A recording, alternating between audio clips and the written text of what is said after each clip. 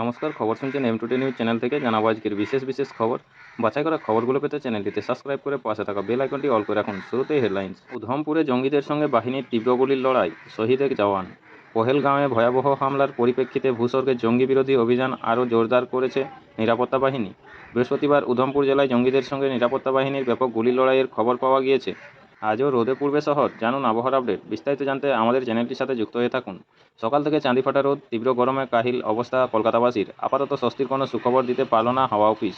বদলা এখনই, রাজনাথ সেনাকে ফ্রি হ্যান্ড, পাক সম্পর্ক ছিন্ন। বদলা এখনই, ভারত সরকার স্পষ্ট সিদ্ধান্ত নিয়েছে, কাউকে রেয়াত করা হবে না, পাল্টা হানা হবে যে কোনো সময়, আর তা সময়ের অপেক্ষা। হিন্দু, জিজ্ঞেস করেই গুলি, 3 জনের মৃত্যু, গোটা বাংলা বাকরুদ্ধ। ছত্তিশগড়ের বিজাপুরে এনকাউন্টারে হত 3 মাওবাদী। নবগ্রামের গুড়গ্রাম কীটনাশক খেয়ে বৃদ্ধ দম্পতির মৃত্যু। বারামুলায় সরকারি কর্মীদের ওয়ার্ক ফ্রম হোমের নির্দেশ। সরলেগে জিসি ব্লকে ডাকাতি। পাণ্ডবেশ্বরের কুমারডিহি ডিহিপাড় থেকে যুবকের ঝুলন্ত দেহ উদ্ধার। বৃহস্পতিবার সকালে পতন ভারতীয় শেয়ার বাজারে। উল্টোডাঙ্গা ফুটব্রিজে এক ব্যক্তির ঝুলন্ত দেহ উদ্ধার, আত্মহত্যার ঘটনা বলে পুলিশের অনুমান। শ্মশান থেকে ফেরার পথে দুর্ঘটনায় মৃত 2। কাশ্মীর ছাড়ার হিড়িক, বিমান ভাড়া 81,000। শ্রীনগর থেকে কলকাতা ভায়া মুম্বাই 81,438 টাকা। শ্রীনগর থেকে কলকাতা 2 স্টপ 73,555 টাকা। শ্রীনগর থেকে নয়াদিল্লি 1 স্টপ 65,064 টাকা। শ্বাসরোধ করে খুন যুবতীকে, ট্রলিবন্দি দেহ আনা হলো হেঁটে। পাড়ায় গলির ভিতর সরু রাস্তা। ভৌগোলিক অবস্থান দেখেই পুলিশ বুঝতে পেরেছিল ট্রলিবন্দি দেহ গাড়িতে করে ফেলা হয়নি, বাইরে থেকে গাড়ি এলে দেখতে পেতেন স্থানীয় বাসিন্দারা। সন্ত্রাসের বিরুদ্ধে স্বতঃস্ফূর্ত প্রতিবাদ কাশ্মীরে। 35 বছরে এই প্রথমবার বন্ধে স্তব্ধ জনজীবন। ঘড়িতে সকাল 9টা, স্থান পহেলগাঁও বাজার। নিত্যদিন এই সময়টা ক্রেতাদের ব্যস্ততা, দোকানদারিদের হাঁকডাক গুঞ্জনে ভরে ওঠে। গোয়েন্দা সেনা, কারো কাছেই খবর ছিল না। নিহত বিতানের প্রিয়জনরা বিস্মিত। অস্তিত্ব নেই জম্মু ও কাশ্মীরের পুলিশের ট্যুরিজম হেল্পলাইনের। বিপদে দিশাহারা পর্যটকরা। শ্রদ্ধাজ্ঞাপন সাহেব সাক্ষাৎ করলেন স্বজনহারাদের সঙ্গে। সিবিআই তদন্ত নিয়ে প্রশ্ন সুপ্রিম কোর্টের। অর্জুন মুকুলদের বিরুদ্ধে মামলা। পশ্চিমাঞ্চলের জেলাগুলিতে তাপপ্রবাহ শুরু, চলছে শনিবার পর্যন্ত। সঙ্গী আতঙ্ক, কাশ্মীর ছাড়ছেন বাঙালিরা। ওয়েস্ট বেঙ্গল, মুর্শিদাবাদ যেতে পারবেন, শর্ত সাপেক্ষে শুভেন্দুকে অনুমতি হাইকোর্টের। বিনপুর 1 নম্বর, তীব্র গরমে ভুলকাতে স্কুল চলাকালীন অসুস্থ হয়ে পড়ল এক পড়ুয়া। ঝাড়গ্রাম, শিরসি গ্রামে হাতির হানায় নষ্ট হলো 3 কাঠা জমির ফসল। জাম্বনি একতালে। একতাল গ্রামবাসীবৃন্দের উদ্যোগে আয়োজিত পালাকীর্তন দেখতে ব্যাপক ভিড় হলো দর্শনার্থীদের। বিনপুর 2 নম্বর, কাশ্মীরের পহেলগাঁওতে জঙ্গি নাশকতার প্রতিবাদে শিলদাতে প্রতিবাদ মিছিল, আমরা সবাই সনাতনী হিন্দুর। ঝাড়গ্রাম, কাশ্মীরে পর্যটকদের হত্যার নিন্দা জানিয়ে ঝাড়গ্রাম শহরে ধিক্কার মিছিল করল ঝাড়গ্রাম শহরবাসী। বিনপুর 2 নম্বর, পুলিশের উদ্যোগে ভুলাবেড়া জনকল্যাণ হাইস্কুলে আয়োজিত হলো আইনি সচেতনতা শিবির। উপস্থিত বেলপাহাড়ি ডিএসপিও। স্বামীকে মেরে ফেলেছে, বাচ্চাটাকে মেরে দিও না, হাত জোর করে কাঁদতে শুরু করলেন মহিলা। শুনে ভারতীয় সেনা জওয়ান যা করলেন। আপনারা এতক্ষণ শুনলেন আজকে শিরোনাম, আসবো বিস্তারিত খবরে। শ্রীনগর, পহেলগাঁওয়ে ভয়াবহ হামলার পরিপ্রেক্ষিতে ভূস্বর্গে জঙ্গি বিরোধী অভিযান আরও জোরদার করেছে নিরাপত্তা বাহিনী। বৃহস্পতিবার উধমপুর জেলায় জঙ্গিদের সঙ্গে নিরাপত্তা বাহিনীর ব্যাপক গুলি লড়াইয়ের খবর পাওয়া গিয়েছে। এদিনের অভিযানে এক জওয়ান শহীদ হয়েছেন বলে জানানো হয়েছে সেনাবাহিনীর তরফে। বিশেষ সূত্রে পাওয়া খবরের ভিত্তিতে এদিন উধমপুরের বসন্তগড়ে অভিযান নামে জম্মু কাশ্মীর পুলিশ ও সেনার যৌথ বাহিনী। বিপদ বুঝে বাহিনীকে লক্ষ্য করে নির্বিচারে গুলি চালাতে শুরু করে জঙ্গিরা। জওয়ানরা পাল্টা গুলি চালালে দুতরফে তুমুল গুলির লড়াই শুরু হয়ে যায়। সেনাবাহিনীর হোয়াইট নাইট কর্পসের তরফে এক স্যান্ডেলে জানানো হয়েছে, এদিনের সংঘর্ষে এক জওয়ান জখম হন, দ্রুত তার চিকিৎসার বন্দোবস্ত করা হয়, কিন্তু সমস্ত চেষ্টা সত্ত্বেও জখম জওয়ানকে বাঁচানো সম্ভব হয়নি। শেষ খবর পাওয়া পর্যন্ত গুলি লড়াই চলছিল। গত মঙ্গলবার পহেলগাঁওয়ের বৈশ্বরণ উপত্যকায় অন্তত 5 জন পাকিস্তানি জঙ্গি ও 2 কাশ্মীরি হামলা চালিয়েছে বলে জানা গিয়েছে। বুধবার ওই উপত্যকায় পৌঁছে গিয়েছে এনআইএ টিম। হামলাকারী হিসেবে 3 সন্দেহভাজন জঙ্গির স্কেচও প্রকাশ করা হয়েছে। ঘোষণা করা হয়েছে 20 লক্ষের পুরস্কারও। ওই 3 জঙ্গির নাম আসিফ ফৌজি, সুলেমান শাহ ও আবু তালহা। অপারেশনে অবশ্য ব্যবহার করা হয়েছে কোড নেম মুসা, ইউনুস ও আসিফ। 3 জনেই অতীতে পুঞ্চে সন্ত্রাসবাদী কাজকর্মে জড়িত ছিল বলে তদন্তকারীদের অনুমান। হামলাকারী জঙ্গিদের ধরতে জোরদার অভিযান শুরু হয়েছে। আপনাদের সকলকেই বলা হচ্ছে, যারা নিয়মিত গুরুত্বপূর্ণ খবরগুলো শুনতে চান, আমাদের চ্যানেলটি সাবস্ক্রাইব করে রাখুন। ফিরে আসবো খবরে, দেখে নেব আজকে শহরের আবার হালচাল কী রয়েছে।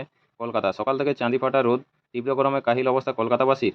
আপাতত স্বস্তির কোনো সুখবর দিতে পারল না হাওয়া অফিস। অর্থাৎ কলকাতা সহ দক্ষিণবঙ্গের অন্যত্র তীব্র গরম জারি থাকবে আগামী শনিবার পর্যন্ত। পশ্চিমাঞ্চলের সব জেলাতেই তাপপ্রবাহের সতর্কবার্তা জারি করেছে আলিপুর আবহাওয়া দপ্তর। আজ বৃহস্পতিবার সকাল থেকেই স্বচ্ছ শহরে আকাশ। এদিন সর্বোচ্চ তাপমাত্রা 39 ডিগ্রি সেলসিয়াসের আশেপাশে ঘোরাফেরা করবে। সর্বনিম্ন তাপমাত্রা থাকতে পারে 29 ডিগ্রি সেলসিয়াস, এমনই জানানো হয়েছে পূর্বাভাসে। গতকাল শহরের সর্বোচ্চ তাপমাত্রা ছিল 38.2 ডিগ্রি সেলসিয়াস, যা স্বাভাবিকের তুলনায় 2.3 ডিগ্রি সেলসিয়াস বেশি।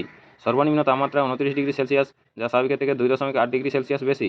আগামী শনিবার পর্যন্ত দক্ষিণবঙ্গের জেলাগুলিতে সর্বোচ্চ তাপমাত্রা সাধারণভাবে স্বাভাবিকের থেকে 3 থেকে 5 ডিগ্রি বেশি থাকবে।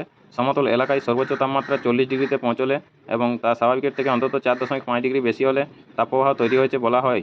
সর্বোচ্চ তাপমাত্রা স্বাভাবিকের থেকে 6.5 ডিগ্রি বেশি হলে তা তীব্র তাপপ্রবাহ হিসেবে চিহ্নিত হয়।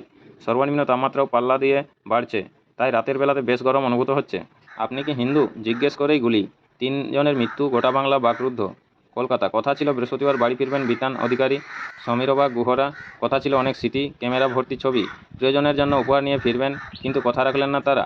সময়ের একদিন আগেই ফিরলেন, কিন্তু কফিন বন্দি হয়ে। সকলকে কাঁদিয়ে বুধবার রাত 8টা নাগাদ কলকাতা বিমানবন্দরে 4 নম্বর গেট দিয়ে বিতান ও সমীরের নিথন কফিনবন্দি দেহ বেরিয়ে এলো। আর বিতানের স্ত্রী সোহিনীর কান্না থামছে না। সমীরের স্ত্রী সর্বরী, মেয়ে শুভাঙ্গিনীর চোখের জলও শুকিয়ে গিয়েছে, শোকে পাথর হয়ে গিয়েছেন তারা। বিতানের 3.5 বছরের ছেলে হৃদান কিছুই বুঝতে পারছে না, কার্যত বাকরুদ্ধ হয়ে চারপাশে তাকিয়ে রয়েছে সে। বাকরুদ্ধ গোটা বাংলাও। বিমানবন্দরের বাইরে অজস্র মানুষ শেষ শ্রদ্ধা জানাতে জাতীয় পতাকা নিয়ে দাঁড়িয়ে, চারিদিকে শুধু পুলিশ আর কেন্দ্রীয় বাহিনী। স্বামীর কফিনের সামনে দাঁড়িয়ে সোহিনী বলে চলেছেন, আমার ছেলে চোখের সামনে দেখলো ওর বাবাকে সন্ত্রাসবাদীরা মেরে ফেললো। বিতানকে নিয়ে চলেছে সুসজ্জিত সববাহী গাড়ি, তার পাশ দিয়েই চোখের জল ফেলতে ফেলতে তার স্ত্রীর গাড়িটি এগোচ্ছে। চারপাশকে গ্রাস করেছে অদ্ভুত নিস্তব্ধতা। তেরঙ্গা হাতে নিয়ে লোকজনের চোখে মুখে ক্রোশ, তাদের কথাবার্তায় শুধুই বদলা নেওয়ার অদম্য ইচ্ছা। বিমানবন্দর জুড়ে মানুষজনের মধ্যে একটাই আলোচনা, একটাই প্রশ্ন ঘুরপাক খাচ্ছে, হিন্দু জিজ্ঞেস করেই কি ওদের মেরে দিল? সমীর গুহকে এমনই প্রশ্ন তো করেছিল জঙ্গিরা, আই কার্ড দেখেছিল তারপরেই গুলি। কেউ বলছেন সন্ত্রাসবাদীদের আসলে কোনো ধর্ম হয় না।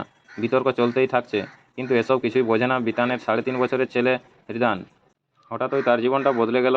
বাবা নেই, বাবাকে গুলি করেছে। সোহিনীকে সান্ত্বনা দেওয়ার চেষ্টা করছেন বিমানবন্দরের কর্মী থেকে শুভানুধ্যায়ীরা। সববাহী গাড়ির পিছনে বাড়ির উদ্দেশ্যে রওনা দিলেন পরিবারের সদস্যরা। 4 নম্বর গেটের ভেতরেই রাজ্য সরকারের তরফে শেষ শ্রদ্ধা জানানো হয়। রাজ্যের মন্ত্রী ফিরহাদ হাকিম, অরূপ বিশ্বাস সহ কলকাতা পুরসভার কাউন্সিলররা উপস্থিত হয়েছিলেন এদিন। এছাড়া পৌঁছে যান বিজেপির নেতা নেত্রীরাও। রাতে বিমানবন্দর থেকে বিতানের মরদেহ নিয়ে আসা হয় তার গড়িয়ার বৈষ্ণবঘাটা লেনের বাড়িতে। সেখানে প্রতিবেশীরা সোহিনী ও তার ছেলেকে পেয়েই কান্নায় ভেঙে পড়েন। পাড়া জুড়ে তখন শুধু কান্নার কলরোল। বিতানের বৃদ্ধ বাবা মা সন্ধ্যাতেই বেহালা থেকে পৌঁছে গিয়েছিলেন গড়িয়ার বাড়িতে।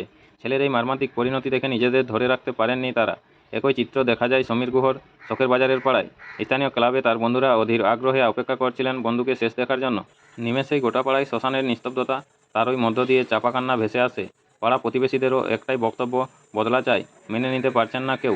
বাংলার আরেক নিহত মনীষ রঞ্জন মিশ্রর দেহ অবশ্য বুধবার ফেরেনি। তাকে আনতে আত্মীয়রা দিল্লির উদ্দেশ্যে রওনা দিয়েছেন। রাঁচি হয়ে বৃহস্পতিবার তার কফিনবন্দি দেহ পুরুলিয়ার ঝালদার বাড়িতে ফেরার কথা। এদিন নবান্নে মন্ত্রিসভার বৈঠকের শুরুতেই পহেলগাঁওয়ে জঙ্গি হানার মৃতদের উদ্দেশ্যে শোক প্রকাশ করেন মুখ্যমন্ত্রী মমতা বন্দ্যোপাধ্যায়। মর্মান্তিক এই ঘটনায় দোষীদের দ্রুত এবং কড়া শাস্তির দাবি তুলেছেন মুখ্যমন্ত্রী। সন্ধ্যায় তিনি বলেন, সন্ত্রাসবাদীরা জন্মগত অপরাধী, এদের কোনো জাত ধর্ম হয় না। আমরা শুনেছি বেছে বেছে মারা হয়েছে, ওখানে তো সেনাবাহিনী ছিল, এমনিতেও সীমান্তবর্তী ও স্পর্শকাতর এলাকা। তবে এসব নিয়ে এখন আমরা প্রশ্ন তুলতে চাই না। অপরাধীদের বিরুদ্ধে কঠোর ব্যবস্থা নেওয়া হোক, গোটা বাংলাও যে এটাই চাই। শ্মশান থেকে ফেরার পথে দুর্ঘটনায় মৃত 2। আপনাদের সকলকেই বলা হচ্ছে, যারা নিয়মিত প্রতিদিন গুরুত্বপূর্ণ খবরগুলো শুনতে চান আমাদের চ্যানেলটি সাবস্ক্রাইব করে রাখুন। ফিরে আসবো খবরে। কৃষ্ণনগর, মৃতদেহ দাহ করে ফেরার পথে দুর্ঘটনায় প্রাণ হারালেন 2 জন। বুধবার গভীর রাতে ঘটনাটি ঘটেছে কৃষ্ণনগর কোতোয়ালি থানার অন্তর্গত দেবপাড়া এলাকায়। মৃতদের নাম পুতুল মণ্ডল, বয়স 32, এবং কাজল বিশ্বাস, বয়স 40। এই দুর্ঘটনায় আরও 29 জন জখম হয়েছেন বলে জানা গিয়েছে।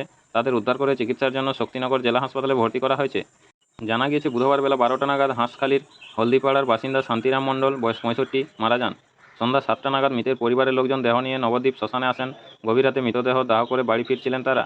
কোতোয়ালি থানার অন্তর্গত দেপাড়া এলাকায় নিয়ন্ত্রণ হারিয়ে গাড়িটি একটি গাছে ধাক্কা মারে, যার জেরে গাড়িটি উল্টে রাস্তার পাশে পড়ে যায়। ঘটনাস্থলে মৃত্যু হয় পুতুল মণ্ডল এবং কাজল বিশ্বাসের। জানা গিয়েছে মৃত শান্তিরামের পুত্রবধূ ছিলেন পুতুল।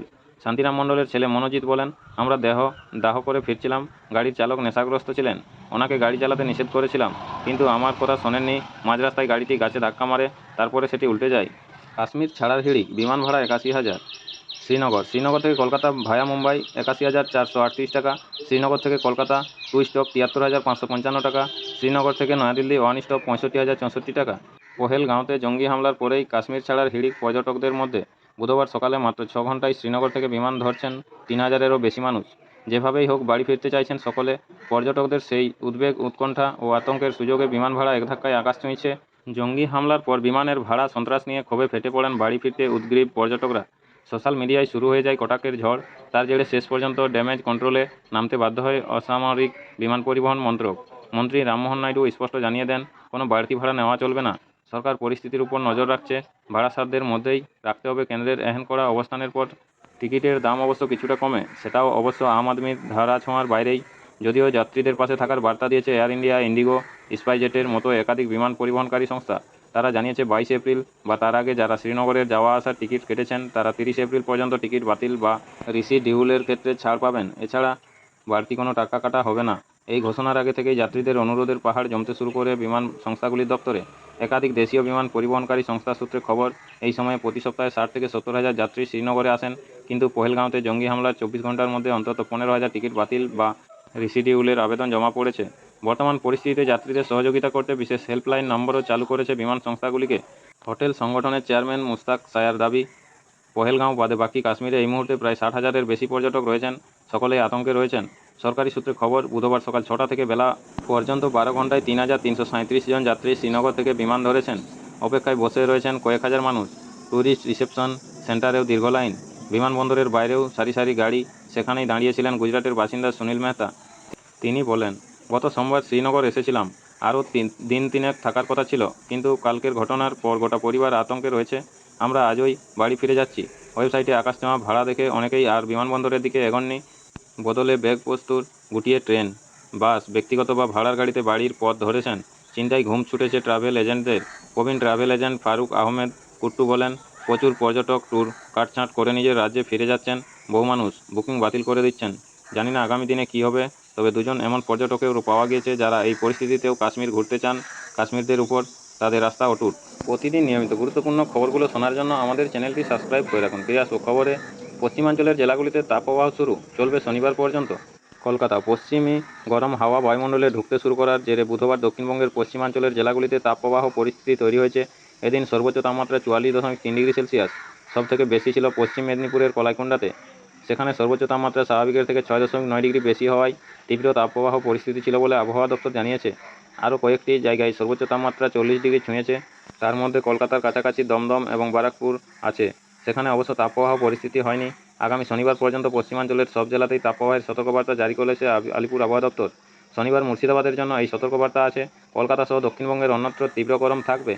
আগামী শনিবার পর্যন্ত দক্ষিণবঙ্গের জেলাগুলিতে সর্বোচ্চ তাপমাত্রা সাধারণভাবে স্বাভাবিকের থেকে 3 থেকে 5 ডিগ্রি বেশি থাকবে। সমতল এলাকায় সর্বোচ্চ তাপমাত্রা 40 ডিগ্রিতে পৌঁছলে এবং তা স্বাভাবিকের থেকে অন্তত 4.5 ডিগ্রি বেশি হলে তাপপ্রবাহ তৈরি হয়েছে বলা হয়। সর্বোচ্চ তাপমাত্রা স্বাভাবিকের থেকে 6.5 ডিগ্রি বেশি হলে তা তীব্র তাপপ্রবাহ হিসেবে চিহ্নিত হয়। সর্বনিম্ন তাপমাত্রাও পাল্লা দিয়ে বাড়ছে, তাই রাতের বেলাতে বেশ গরম অনুভূত হচ্ছে। কলকাতা সহ অনেক জায়গায় সর্বনিম্ন তাপমাত্রা 28 থেকে 29 ডিগ্রি সেলসিয়াসের আশেপাশে রয়েছে। কলকাতা ও আর্দ্রতার ভিত্তিতে যে প্রকৃতি গরমের অনুভূতি নির্ধারিত হয় তার সর্বোচ্চ মাত্রা আরও বেশি থাকছে। ওই নিরীক্ষে কলকাতায় প্রকৃত গরমের অনুভূতি 40 ডিগ্রি ছাড়িয়েছে। নমস্কার, আজকের এখনকার সংবাদটি এই পর্যন্তই। পরের সংবাদটি পেতে চ্যানেলটিতে সাবস্ক্রাইব করে পাশে থাকা বেল আইকনটি অল করে রাখুন। সবাই ভালো থাকুন, সুস্থ থাকুন। দেখা হচ্ছে পরের আপডেট খবরে। ধন্যবাদ।